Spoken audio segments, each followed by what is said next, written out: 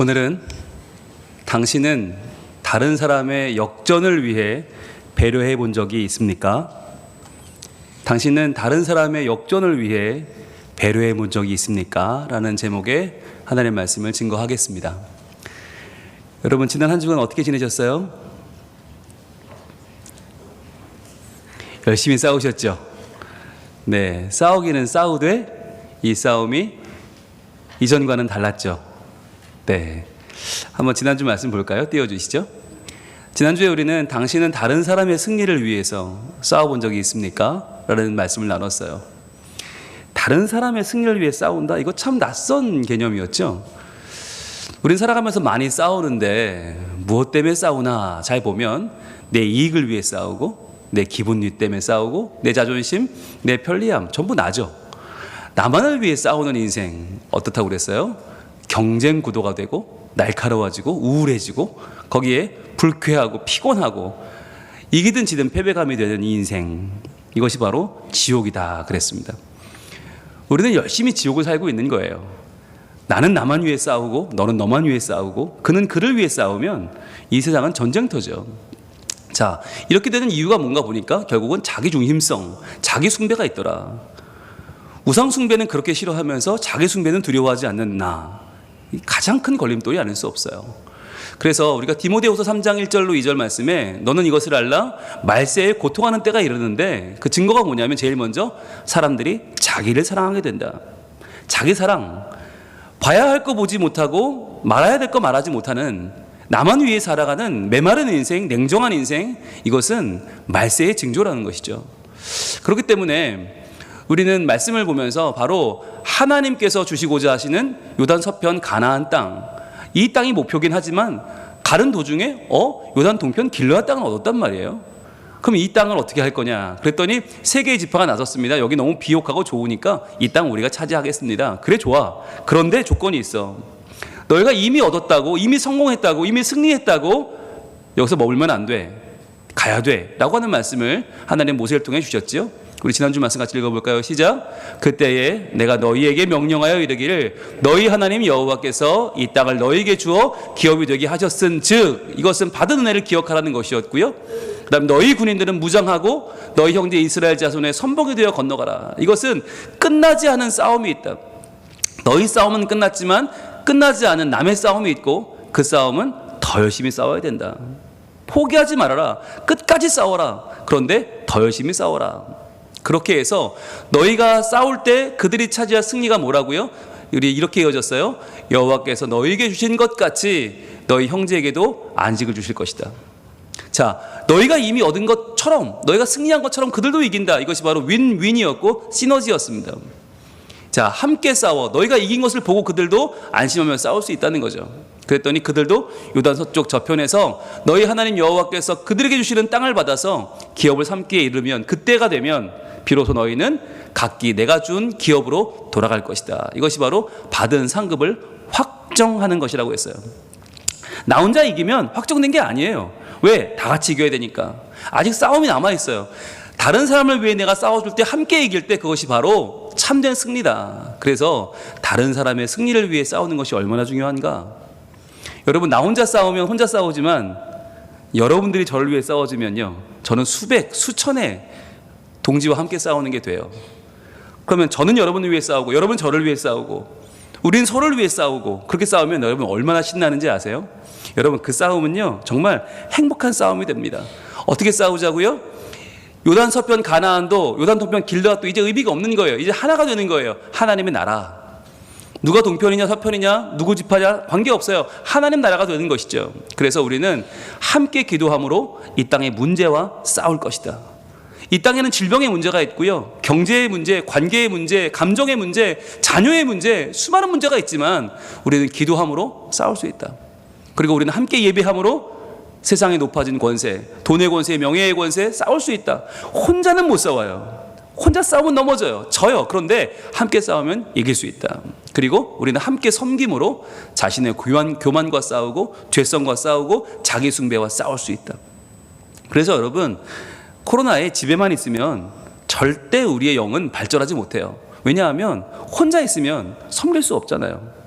혼자 있으면 함께 기도도 못해요. 함께 예배도 못해요. 함께 섬기지도 못해요. 그래서 우리는 함께 모여서 공동체로 함께 싸우는 것입니다. 그렇게 싸울 때 어떤 일이 벌어집니까? 예수님께서 바로 우리를 위해서 죄와 싸우시고 죽음과 싸우신 것처럼 예수님도 자기를 위해 싸우지 않았어요. 우리를 위해 싸웠어요. 그것처럼 우리도 이미 받은 은혜에 충분히 감사하면서 이미 구원받았으니 우리도 이제는 다른 사람을 위해서 싸워서 함께 승리하며 기뻐합시다 라고 하는 말씀을 지난주에 나눴습니다. 여러분 기억나시죠? 네. 참 요즘 겸손하세요. 보면 굉장히 겸손해지셨어요. 네, 이런 분들이 아닌데 여러분 이게 그래요. 특히 남편들이 어디 가서 싸움이 붙는 경우가 있어요. 그럴 때 옆에서 아내들이 여보 당신이 잘못했네 빨리 와요 이러면 정말 남편은 그걸로 끝나는 거예요. 그런데 거기서 아내들이 누가 뭐라고 그랬어? 누구야? 나와. 그러시면서 우리 남편을 보고 말이야. 누구야? 이렇게 한번 해주면 남편들은요 기가 살아서 돈도 더 잘 벌어오고요. 그때부터는 여러분 해달라는 거 다 해줄걸요. 아멘. 그렇죠. 여러분 진짜 혼자 싸우게 두면 그 사람 지쳐 죽어요. 그런데 같이 싸워주면 돼요. 한 번만 그래 내가 말이야 누구야 이렇게 해주면요. 네, 우리 남편들의 싸움이 나날이 승리할 줄로 믿습니다. 네, 여러분 이게 남편 아내 할 거 없이 부모 자녀 할 거 없이 똑같아요. 여러분 제가 저만 위해 싸우는 그 꼴을 보시겠어요 여러분? 그러지 않을 거 아니에요. 제가 여러분을 위해 싸울 때 여러분은 행복하겠죠? 마찬가지예요. 여러분은 저를 위해 싸워주시고 우리는 서로를 위해 싸우고 남편은 아내를 위해, 아내는 남편을 위해, 자녀를 위해, 부모를 위해, 성도를 위해, 하나님 나라를 위해 함께 싸울 때 하나님 나라가 우리 가운데 온전히 이루어질 줄로 믿습니다. 자, 이제 오늘은 한 번 더 들어갑니다. 한 번 더. 여러분 또 한 번 겸손해지시겠지만 그러나 도전하셔야 됩니다. 오늘의 제목 같이 읽어봅니다. 시작. 당신은 다른 사람의 역전을 위해 배려해 본 적이 있습니까? 라고 하는 제목이에요. 이 무슨 말이냐면 이 역전이 뭐냐? 나를 넘어서는 거예요. 즉 내가 다른 사람의 행복을 위해서 도와줄 수는 있지만 그 행복이 만약에 나보다 더 행복해진다. 우리 그거를 보겠냐는 거예요. 내가 누군가의 성공을 위해서 애를 써주는데 그 사람이 나보다 더 성공한다면 여러분 어떻게 하시겠어요? 그게 역전이에요. 그런데 그 역전을 위해서 배려하는 사람, 그 사람이 있을 때 세상은 더 아름다워집니다. 세상은 더 가치 있어지고요. 세상은 더 멋져지는 거예요. 여러분 그렇잖아요. 누가 지나갈 때 지나가겠으면 비춰주는 거 있잖아요. 그게 배려거든요. 근데 어떤 사람은 안 비켜줍니다. 왜요? 내가 여기 서 있는데 내가 먼저 왔는데 왜 비킵니까? 안 비켜요. 그럼 세상은 딱딱해지고 고정돼요. 그런데 내가 한번 비켜줄 때 그 사람이 지나가면서 세상이 아름다워지고 바뀌는 거예요. 여러분 이 역전, 나보다 더 행복해지고 나보다 더 성공하고 나보다 더 잘 되는 걸 볼 거냐 못 볼 거냐 이것은요 신앙에 굉장히 중요한 가치요 기준이 됩니다. 여러분 우리는 이런 배려는 얼마든지 할 수 있어요. 어머나 부장님 우리 부장님은 구두에 때까지 너무 멋있으셔. 예, 제가 광을 내드릴게요. 이런 건 얼마든지 할 수 있어요. 왜? 이건 돌아오는 게 있으니까. 이건 나한테 떨어지는 게 있으니까 얼마든지 할 수 있어요. 여러분 이건 배려가 아니에요. 이건 아부예요. 배려가 뭐냐, 제가 보니까 어린이를 위한 배려라는 책에 이 표지가 너무 잘 보여주고 있어요. 여러분 저 아이의 우산 누가 준 겁니까? 엄마가 줬겠죠. 왜 줬습니까? 너 쓰라고 줬습니다. 너 쓰라고 준 우산을 내가 안 쓰고 나는 비를 맞으면서 누굴 씌워주고 있어요? 작은 강아지를 씌워주고 있어요. 이름도 없는 누구네 건지도 모르는 저 길 다니는 강아지를 씌워줘요. 여러분 저 우산을 만약에 담임 선생님이 씌워줬다. 그럼 아부죠. 이걸 나한테 돌려줄 공부 잘하는 친구 씌워줬다. 이건 아부죠. 그런데 돌려줄 수 없는 존재, 나보다 너무나 작고 너무나 연약한 존재에게 씌워주는 이것이 배려입니다. 여러분 이 배려, 사회에서도 말하는 이 배려가 기독교인에게 있는가? 우리에게 있는가? 교회 안에 배려가 있는가라고 하는 것이에요. 우리에게는 이 배려가 없지 않은가? 많은 분들이 얘기합니다. 세상은 어떻게 살아가냐면 보스는 너무 멀쩡해요. 근데 그 밑에 있는 그룹은 조금 새똥이 맞습니다. 그 밑에는 더 맞아요. 밑에는 완전히 또 무더기가 되는 거죠. 이게 세상의 법칙이에요. 억울하면 출세해라고 하는 거잖아요. 억울하면 올라가. 야, 네 능력이 그거밖에 안 되니까 그러고 살고 있는 거 아니야. 이게 세상의 법칙이에요. 여러분 이 문화를 교회 안에서까지도 반복하시겠습니까? 여러분 그게 가톨릭인 거예요. 그게 천주교예요. 교황 밑에 추기경, 그 밑에 주교, 그 밑에 사제, 그 하이어라키를 깰 수 없는 변하지 않는 고정된 구조가 가톨릭이에요. 그런데 종교개혁은 왜 일어났습니까? 이걸 만인 제사장설로 뒤집었잖아요. 누구나 하나님 형상이고 누구나 가치 있고 누구나 행복한 삶을 살아야 한다는 거잖아요. 그런데도 우리가 어려운 일은 어디 있냐? 앞에 끌고 가는 저 일을 뒤에서 내가 보고 좀 도와줄까? 도와줬단 말이에요. 그럼 여기까지는 뭐예요? 이게 배려잖아요. 배려. 이건 할 수 있어요. 우리가 얼마든지 할 수 있는데 만약에 내가 밀어줬더니 앞에 있는 사람이 잘 가네? 내가 안 밀어도 되겠네? 그리고 뒤에 올라타버려. 그럼 이건 뭐예요? 배려가 아니라 이건 희생이죠. 그러니까 우리가 배려하다가 내가 뒤집어 쓸까봐 걱정되는 거예요. 내가 괜히 배려했다가 내가 희생하게 되면 그건 내가 못하지. 여러분, 그런데요, 여기서 중요한 거, 희생할 용기가 없으면 배려 못해요. 희생까지 할 마음이 있어야 배려할 수 있는 거예요. 이게 선이 없어요. 어디까지는 배려고 어디까지는 희생이다. 내가 여기부터 못하겠다. 여러분, 그게 없어요. 내가 서운할 마음이 없고 내가 손해볼 마음이 없는데 배려한다? 애초에 시작을 못하는 거예요. 여러분, 희생할 마음이 있어야 배려할 수 있는 것입니다. 지금 일본이 가라앉고 있죠. 추락하고 있죠. 전 세계에 정말 호령하던 그 경제 대국이 추락하고 있는 이유를 많은 사람들은 저 서열 문화로 꼽습니다. 서열 문화. 여러분, 저 도장 찍은 거 한번 보세요. 도장. 사장님만 딱 제대로 찍었어요. 나머지는 전부 기울게 찍었어요. 왜요? 존경합니다 라고 한 뜻으로 고개를 숙이듯이 저렇게 도장을 찍어 놓은 거예요. 저게 일본의 문화라고 해요. 저 문화 때문에 일본이 지금 추락했어요. 올라오지 못하고 있어요. 여러분, 그런데 저 문화를 우리나라는 가지고 있지 않나요? 교회는 가지고 있지 않나요? 신앙의 나뉘는 없나요? 내가 더 먼저 믿었어. 내가 더 우리 교회 먼저 왔어. 내가 창립 멤버야. 내가 직분이 뭔데? 이런 마음 갖고 있지 않으세요? 내가 나이가 몇인데, 내가 얼마나 믿었는데, 이런 마음이 우리 안에 있지 않는가 하는 것입니다. 여러분, 성경에서 사울 왕이 다윗을 미워한 이유는 무엇입니까? 다윗이 하프를 잘 껴서가 아니잖아요. 다윗이 양을 잘 쳐서가 아니고 다윗이 골리앗을 죽여서가 아니에요. 노래 하나 때문이었어요. 여인들이 뛰돌며 노래하며 이르되 사울이 죽인 자는 천천히요 다윗은 만만이로다 한지라. 이 한마디 때문에 나는 천천인데 제가 만만이야? 그럼 저거 죽여야지. 여기서부터 모든 비극이 시작된 거 아닙니까? 여러분, 도전합니다. 내가 천천인데 만만이 나타났어요. 그럼 어떻게 해야 돼요? 할렐루야 하셔야 되는 거예요. 왜? 내가 왕인데 천천이야. 그는 만만이에요. 그럼 어떻게 기도해야 돼요? 하나님 10만도 주시고 100만도 주시고 1000만도 주시고 더욱더 훌륭한 다음 세대가 일어나서 나보다 훌륭하게 이 나라를 지켜내게 하옵소서 해야 되는데 사울은 여기서 무너졌어요. 배려가 없는 거예요. 역전? 꿈도 꾸지 마. 만만은 죽어야 돼. 천천만 살아남아야 돼. 여러분, 이게 사울의 한계였던 것이죠. 그러나 오늘 본문에는 엘리사라고 하는 선지자가 등장하는데 엘리사는 대머리 선지자로 유명합니다. 많은 중년의 남자들이 동질감을 느끼며 매우 좋아하시는데 엘리사의 특징은, 그런데 중요한 건 저 머리가 아니라 입고 있는 겉옷입니다. 저 겉옷은 엘리사의 것이 아닙니다.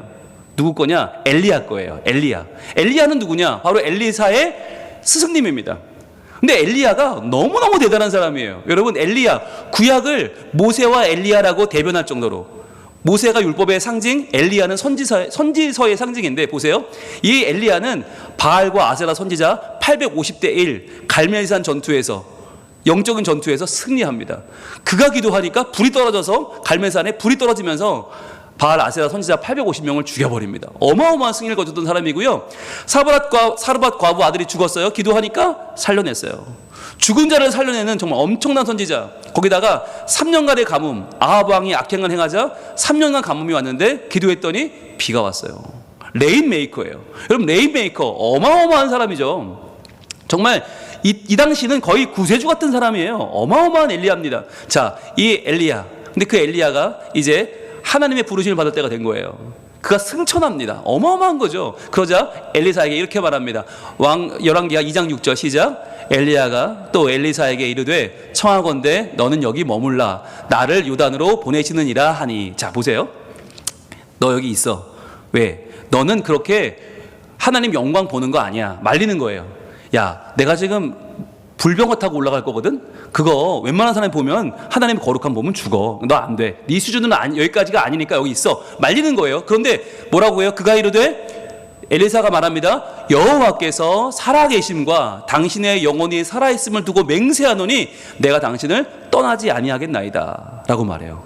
아니요 스승님, 저는 다 감당할 수 있습니다. 저 같이 가겠습니다. 스승님이 올라가는 그 모습 저 보고 싶어요. 저 갈 거예요 라고 했더니 엘리야가 뭐라고 그래요? 두 사람이 가니라 그랬어요. 허락을 한 거예요. 자, 처음에는 안 돼 라고 했지만 엘리사 말 들어보니까 그래, 잘하면 엘리사가 그 승천하는 영광을 보고도 살 수 있겠다라는 마음이 든 거죠. 이 제자에 대한 마음이 조금 더 계속 커지는 겁니다. 자, 그 다음에 7절 어떻게 이어지냐면 이렇게 이어집니다. 자, 요단을 갔어요. 엘리야가 겉옷을 가지고 말아 물을 치매 물이 이리저리 갈라지고 두 사람이 마른 땅 위로 건너더라 그랬습니다. 자, 겉옷을 벗었어요. 저 겉옷이 이제 능력의 상징 아닙니까? 저 겉옷을 가지고 말아서 물을 쳤는데 물이 막 갈라지면서 이 요단 강물이 쫙 갈라지고 마른 땅 위로 건너갔다. 이것은 출애굽에서 홍해가 갈라진 사건을 지금 상징하는 거예요.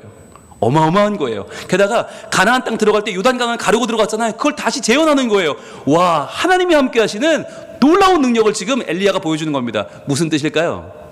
야, 나 이 정도야. 너 함부로 따라오면 안 돼. 야, 내가 이 정도 선지자야. 너 잠깐 잊었구나. 너랑 나랑 급이 좀 다르거든? 이라고 하는 뭔가를 보여주는 거죠. 자, 그런데 오늘 말씀 그래도 따라갑니다. 엘리사는 포기하지 않고 엘리야를 그대로 따라가요. 따라가면서 오늘 말씀 열왕기하 2장 9절인데 6절로 나왔지만 9절인데요. 오늘 본문 읽어봅니다. 시작. 건너매 엘리야가 엘리사에게 이르되 나를 내게서 데려감을 당하기 전에 내가 내게 어떻게 할지를 구하라 라고 말해요. 여러분 이 말을 잘 보세요. 엘리야가 뭐라고 하냐면 야, 내가 떠나기 전에가 아니에요. 내가 하나님께 가기 전에가 아니라 나를 내게서 데려감을 당하기 전에. 이거 누구 위주예요? 누구 입장이에요? 제자의 입장, 엘리사의 입장, 너의 입장으로 말해요. 상대방을 정말 배려하는 거죠. 그러면서 뭐라고 하는가? 내가 내게 어떻게 할지를 구하라. 무엇을 해줄지를 말하라는 거예요.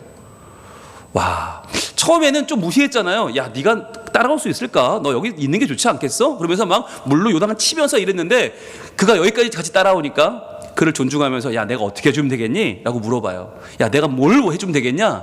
근데 여러분 여기서 한번 생각해 보세요. 상대방은 누구예요? 어마어마한 대선지자, 능력의 선지자, 능력 그 자체, 600만 물의 사나이. 그러면은 어떻게 말해야 좋을 것 같아요? 엘리사는 이렇게 대답을 합니다. 같이 읽습니다. 시작. 엘리사가 이르되 당신의 성령이 하시는 역사가 갑절이나 내게 있게 하소서 하는지라. 아멘. 여러분 이걸 우리 개역성경 전에는 갑절의 영감이 이렇게 번역했어요. 갑절의 영감이 내게 있게 하소서. 근데 그게 번역이 좀 잘못됐어요. 원래는 갑절의 영감이 아니라 당신의 성령께서 하시는 역사가 갑절이나 내게 있게 하옵소서. 이게 맞는 부분 번역이에요. 번역을 잘했어요. 그런데 보시면 이 본문을 우리는 항상 엘리사 입장으로 보니까 갑절의 영감 주시옵소서 이렇게 맨날 설교를 듣고 우리가 은혜를 받았었거든요. 그런데 입장을 한번 바꿔놓자고요. 엘리야의 입장에서 보세요. 스승의 입장으로 한번 보세요. 아니 내가 뭘 해줄까 그랬더니 갑절의 영감을 달라는 거예요. 나보다 그 위대한 스승보다 2배를 뛰어넘겠다는 거예요. 자기가 역전하겠다는 거잖아요. 여러분 이거 견딜 수 있겠습니까? 견딜 수 있으시겠어요? 예. 아니 어마어마한 정말 대선지자 앞에서 저는 10분의 1만 주셔도 좋겠습니다. 저는 100분의 1만 주시면 얼마나 좋을까요? 이래도 지금 야, 이 버릇없는 놈 이럴 텐데 여러분 저는요 솔직히 말하면 엘리야의 1000분의 1만 있어도 좋습니다. 예, 제가 신방 갔는데 기도했더니 목사님 제가요 소화가 안 돼요. 근데 기도했더니 나았어요. 막 이러면 목사님 제가 변비가 기도했더니 화장실 이러면 얼마나 좋겠어요. 그죠? 이렇게만 해도 저는 소원이 없어요. 1000분의 1만 해도 충분해. 그런데 엘리사는 그 대엘리야 앞에서 뭐라고요? 갑절의 영감을 달라고. 난 당신을 갑절로 뛰어넘겠다고 그래요. 와. 근데 여러분 여기서 누가 더 대단한 겁니까? 갑절을 달라는 엘리사가 대단한 거예요? 그 얘기를 듣고 있는 엘리야가 대단한 거예요? 엘리야가 훨씬 대단한 겁니다. 왜냐하면 그동안 엘리야가 어떻게 했겠냐는 거예요. 만약에 엘리야가 꼰대처럼 야 엘리사 너 그냥 밥이나 해, 야 설거지나 해와, 너 같은 게 야 이랬으면 막 조인트 까고 막 그랬으면 엘리사가 여기서 할 말이 없죠. 그냥 아이고 저 같은 게 무슨 그냥 처분만 기다리겠습니다 이럴 거 아니에요. 그런데 얼마나 엘리야가 엘리사를 배려하고 얼마나 그를 세워주고 얼마나 그를 축복했으면 엘리사가 갑절의 영감을 2배로 제가 스승님의 2배가 뛰어넘길 원합니다 이런 말을 하겠어요. 대단한 거죠. 여러분 이 얘기를 했을 때 엘리야가 어떻게 말을 하냐면 10절에 보시면 야 그것 좀 되게 어렵다 라는 얘기를 해요. 야 갑절까지는 좀 어려울 것 같은데 그러나 내가 올라가는 걸 네가 본다면 볼 수 있다면 그래도 안 죽는다면 너 그렇게 될 거야. 그렇게 분명히 될 거야. 하나님이 하시게 그렇게 되게 만들 거야 라고 합니다. 그리고는 엘리야가 불병거를 타고 승천합니다. 그런데 그것을 엘리사가 보죠. 보고 안 죽습니다. 왜 안 죽을까요? 갑절에 성령의 역사가 임한 거예요. 그 얘기에. 그러니까 아니 올라가는 사람이 갑절인데 뭐 2번 올라가지 뭐 본다고 죽어요? 엘리사가 멀쩡합니다. 여기서 끝난 게 아니죠. 엘리야가 남겨놓은 그 겉옷을 들어요. 아, 이 겉옷이 바로 능력의 상징 아닙니까? 이것을 가지고 그도 역시 요나강을 치면서 건너 내려옵니다. 자, 사람들이 깜짝 놀라죠. 저거 엘리야만 하던 건데 엘리사도 하네? 갑절에 성령의 역사가 그에게 임한 것이에요. 그래서 그가 어떤 일을 합니까? 이 겉옷이 그에게 영감의 상징이 되어서 이 겉옷을 가지고 엘리야가 했던 것보다 더 위대한 일을 하기 시작하는데 바로 독이 든 열매 이 국을 그가 해독해버리고요. 그가 기름병 기적으로 선지자 과부를 살립니다. 선지자가 죽고 과부가 와서 아들이 팔려고 생겼어요. 그러니까 뭐가 있어요? 기름 하나밖에 없어요. 이거 먹으면 죽어요. 자, 그릇 빌려오세요. 병 빌려오세요. 다 빌려오세요. 그리고는요 채우세요. 끝없이 채워지는 거예요. 그 기름을 팔아서 아들을 살리고 그 과부가 살았죠. 그리고요 또 어떤 일을 합니까? 보리떡 20개로 100명을 먹여버려요. 여러분 이것은 예수님의 오병이어를 미리 보여주는 사건이에요. 그림자예요. 너무너무 위대한 사건이에요. 게다가 나만 장군의 나병, 불치병 아니에요. 이걸 엘리사가 고쳐준다니까요. 게다가 물에 빠진 도끼 떠오르게 합니다. 자연 법칙을 뛰어넘는 하나님의 역사를 보여줍니다. 거기에다가 제일 중요한 거, 아람 군대가 쳐들어왔을 때, 나라가 망할 위기에 처했을 때 엘리사가 기도하니까 아람 군대에 눈이 어두워진 거예요. 앞을 못 보는 거예요. 그리고 그들이 땅을 짚으면서 결국 빠져나가니까 눈을 뜨게 되는 그런 일들이 벌어졌다는 것이죠. 여러분 무엇입니까? 엘리사는 그가 기도했던 대로 그의 스승 엘리야보다 갑절의 영감을 받아낸 거예요. 갑절이나 성령의 역사하심이 그게 나타났어요. 그래서 어떻게 됐습니까? 하나님의 일에 귀하게 쓰임받게 되고 그의 나라가 구원을 받고 그의 백성이 엘리야는 승천했지만 여전히 하나님의 능력 가운데 있게 된 것입니다. 여러분 이게 너무너무 중요한데요. 엘리야가 평생 있을 수 없잖아요. 언젠간 가야 돼. 그럼 어떻게 하겠어요? 엘리사를 준비해야 되는 거예요. 근데 그 엘리사가 엘리야보다 10분의 1, 100분의 1, 1000분의 1 아니요. 갑절이 돼야 되는 거예요. 그래야지 살아요. 그래야 역사가 이어지는 거예요. 여러분 여기에 하나님의 중요한 포인트가 있습니다. 여러분 우리에게도 다음 세대가 있죠. 이렇게 말하면 또 우리 목사님 또 다음 세대 얘기한다. 그런 분들 많이 계시죠. 아니 우리는 어쩌라고 다음 세대만 얘기하는데 그거 아니에요. 여러분 뭐라고 그랬어요? 갑절의 영감을 우리 다음 세대에게, 갑절의 영감을 내 다음 후대에게. 그렇다면 우리는 어떻게 돼요? 복을 받아야죠. 내가 복을 받고 내가 영감이 많아야 갑절이 갈 거 아니에요. 그러니까 어떻게 해야 돼요? 내가 하나님 복을 많이 누려야 되는 거예요. 어떤 분들은 그래요. 제가 많은 교회 가서 다음 세대 설교하면 많은 분들이 그럼 기성세대는 죽으란 얘기냐 그래요. 절대 아니죠. 죽으면 안 되죠. 갑절의 영감을 다음 세대가 받아야 되는데 내가 죽으면 되겠어요? 내가 10이면 우리 다음 세대는 20밖에 안 되는데 근데 내가 만이 되면 다음 세대 2만을 받는 거예요. 내가 억이면 다음 세대 2억을 받아요. 그럼 여러분 여기서 여쭤볼게요. 여러분 자녀가 여러분보다 2배 부자 되는 거 싫으세요? 아무도 안 싫죠. 여러분 자녀가 여러분보다 2배 잘 사는 거 싫으세요? 그건 아멘 하면서 다음 세대가 나보다 2배 잘 되는 건 안 입고와 못 보는 분들이 계시다니까요. 그거 무슨 신분인지 모르겠어. 여러분 성민교회가 지금보다 앞으로 10년 20년 후에 2배 더 좋아지길 축복합니다. 아멘 아닙니까? 그거 안 입고 오세요? 내가 복 다 받고 내 다음 세대는 쫄쫄 말라 죽어라. 여러분 이건요 정말 악한 거예요. 너무 많은 분들이 목사님 저만 중요해요. 저를 챙겨주세요. 저만. 여러분 5년 후 10년 후에는 대한민국 교회 문을 닫게 됐습니다. 지금 이거 심한 얘기가 아니에요. 대한민국 교회 문 닫아요. 애가 없어요. 애 안 태어나고 교회 안에 애가 씨가 말랐고요. 이제 학교가 문을 닫아요. 그 다음은 교회가 닫는 거예요. 5년 후 10년 후 미래가 없어요. 지금부터 우리가 사랑하는 다음 세대에게 정말 하나님 저보다 갑절의 영감이, 갑절의 성령의 역사가 있게 하여 주시옵소서. 기도하지 않으면 우리의 미래는 없어요. 여러분 이건 그냥 드리는 말씀이 아니에요.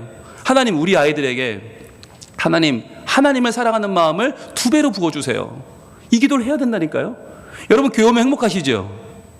아멘. 여기서 흔들리면 안 됩니다. 아멘. 그럼 여러분, 우리 아이들도 교회 오면 행복합니까? 2배로 행복해야 되는 거예요.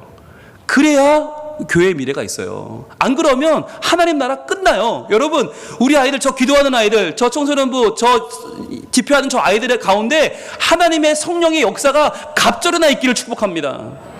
우리보다 2배, 3배 잘 믿지 않으면요, 미래에 이 악한 때를 이겨낼 수가 없다니까요. 지금 많은 사람들이 교회를 떠나고 많은 사람들이 세상 것을 따라가는 이 시대에 여러분, 우리 다음 세대가 하나님의 나라 안에 있는 것, 그들이 우리보다 2배나 갑절이나 복을 받는 것이 우리의 진정한 행복인 줄로 믿습니다. 여러분, 진짜 행복이 뭐냐? 지금 행복하고 끝나는 게 아니에요. 우리에게 이루시는 성령의 역사, 지금 행복한 성민교회, 지금 복받는 성민교회는 반드시 우리 다음 세대에 갑절이나 많은 하나님의 복이 임하게 될 줄 믿습니다. 여러분, 이게 중요한 거예요. 이게 끊어지면요, 성민교회 5년 후, 10년 후가 없어요. 진정한 행복은 뭐냐? 진정한 행복은 바로 하나님이 나를 통해 내가 하는 위대한 일을 우리 후대에 더 아름답게 이루실 줄 믿는 것입니다. 그걸 해갈 주님을 찬양하는 것입니다. 여러분, 우리가 오늘 부를 찬양이 행복이란 찬양인데, 저는 이 가운데 제일 좋아하는 가사가 있어요. 내게 주신 작은 힘 나눠주며 사는 삶. 아니, 큰 힘을 나눠야지. 작은 힘을 어떻게 나눠요? 작은 복을 어떻게 나눠요? 그런데 여러분, 이게 행복이라니까요. 왜? 내 것을 나누면 2배가 돼요. 내 것을 나보다 더 늦게 믿은 사람, 나보다 더 교회 천천히 나온 사람, 나보다 더 직분이 어린 사람에게 내 행복을 나눠주는 거예요. 그러면 그럴 때 행복이 커져요. 눈물 날 일 많지만 기도할 수 있는 것, 억울한 일 많으나 주를 위해 참는 것. 여러분, 배려하다 보면 희생하게 된다니까요. 손해봐야 되고요, 서운해져요. 그럼 어때요? 다 행복해지는데. 내가 좀 손해보는 게 아까워서 모두의 행복을 갉아먹는 경우가 얼마나 많아요. 내가 다 가져야 되고 내가 다 누려야 되고. 아니요, 내 다음 세대는 나보다 갑절의 영감을 얻게 될 것입니다. 하나님 나에게 복을 주시되 마음껏 주셔서 그 복이 2배로 내 자녀 세대에 믿음의 복이 되게 하여 주시옵소서. 내가 받는 그 수많은 복이 우리 자녀에게는 2배로 이어지는 하나님의 역사가 있기를 소원합니다. 이렇게 기도할 때 하나님이 우리를 참된 행복의 자리로 나아가게 하실 줄로 믿습니다. 찬양하겠습니다.